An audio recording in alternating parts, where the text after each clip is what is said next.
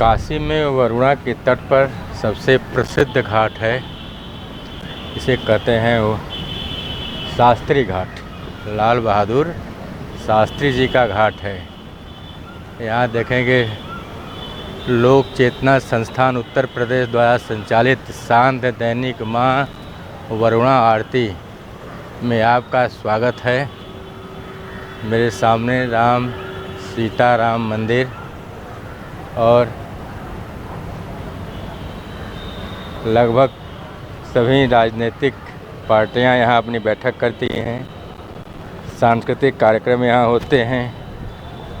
छठ पर सूर्य भगवान की इसी जल में आराधना होती है और हम नाना प्रकार की अपनी गतिविधियों को राजनैतिक, धार्मिक, आर्थिक को यहाँ पर संचालित करते हैं। अपने बातों को, विचारों को रखते हैं और समाज को जागृत करने के लिए अनेकों बार यहाँ बैठकें हुई हैं और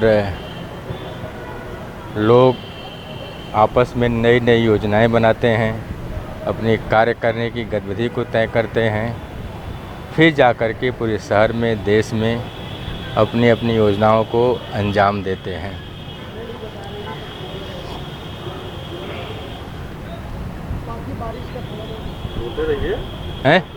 बोलते रहिए, सही बोल रहे हैं। और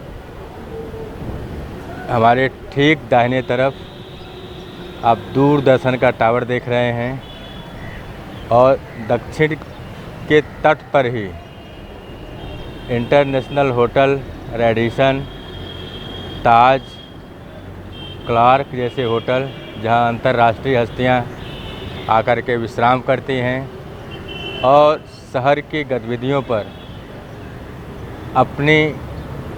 अपनी योजनाओं के अनुसार कार्य करते हैं और फिर यहाँ से 20-25 किलोमीटर दूर लाल बहादुर शास्त्री अंतर्राष्ट्रीय हवाई अड्डे से अपने अपने देश को फुर्र हो लेते हैं। बचता है यहाँ पर रोने के लिए, बचता है यहाँ पर आपको दिखाने के लिए, बचता है यहाँ पर आपको समझाने के लिए गंगा, वरुणा और अस्सी का जल, जिसके लिए न कोई कार्य हो रहा है, न कोई मतलब निकल रहा है।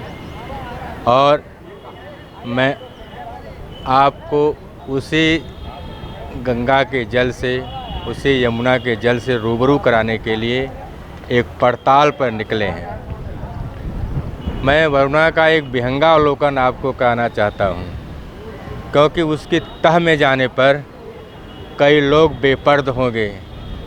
मेरा मकसद उन्हें बेपर्द करना नहीं है, मेरा मकसद है कि उनके उद्देश्य को आप जानिए, क्योंकि कहीं न कहीं आपकी खामोशी उसको नया अंजाम दे रही है, नया परिणाम दे रही है। और एक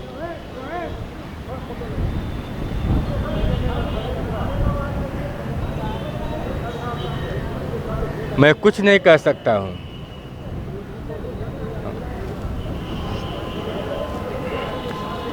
क्या आप जानते हैं कि जहाँ हमें डट करके मौलिक कार्य करना चाहिए, वहाँ पर प्रदर्शन, फ़ोटो सेशन, आपस में गलचौर और एक दूसरे पर छींटाकशी करने से परिणाम नहीं आएगा।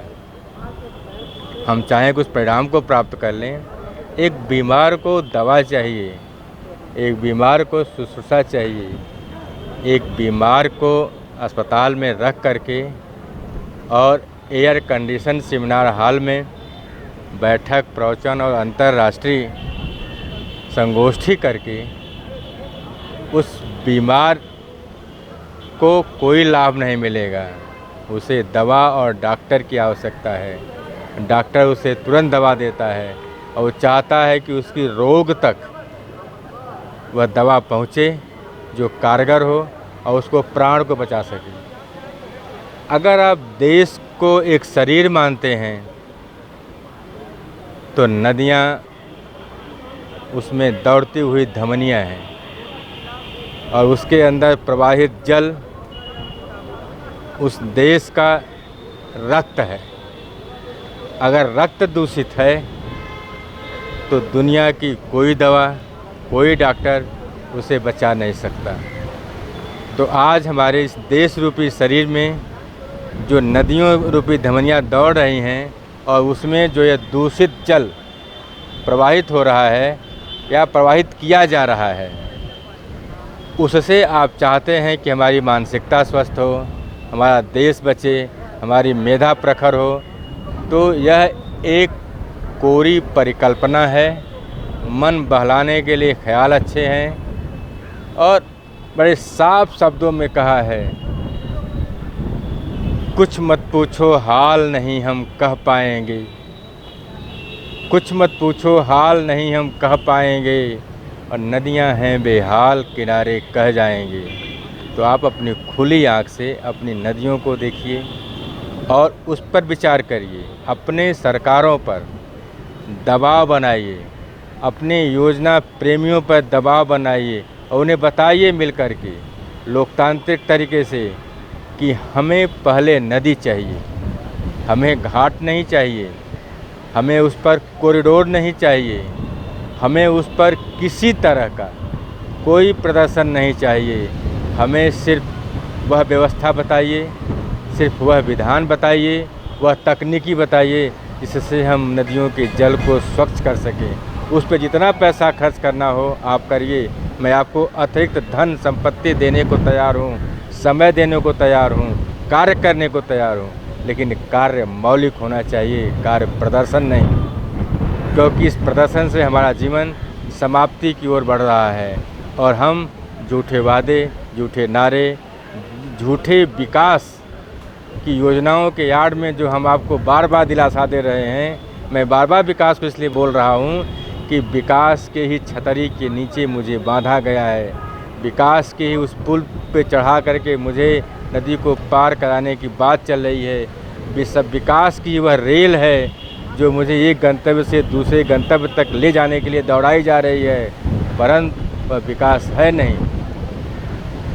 विकास की आड़ में सारे छद्म कार्य हो रहे हैं, उसे रोकना अब जनता का कार्य है।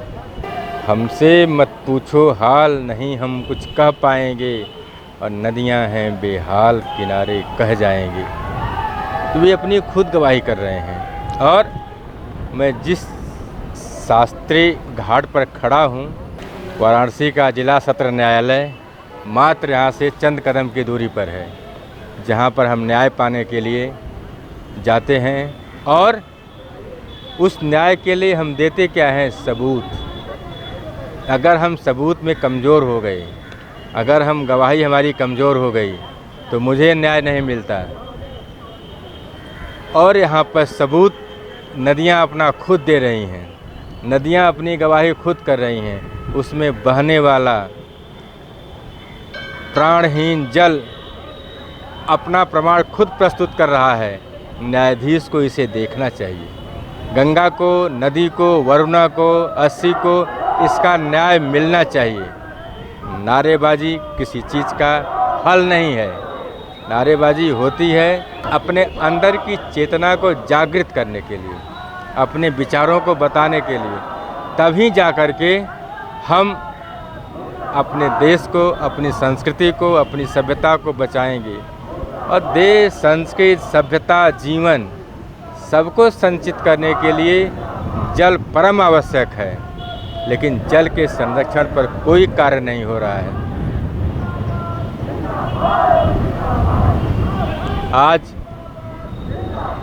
न्यायालय थक चुकी है, योजनाएं औंधे मुंह गिर चुकी हैं, जनता परेशान है। इसीलिए अब नदियों की फरियाद जनता की न्यायालय में होनी चाहिए।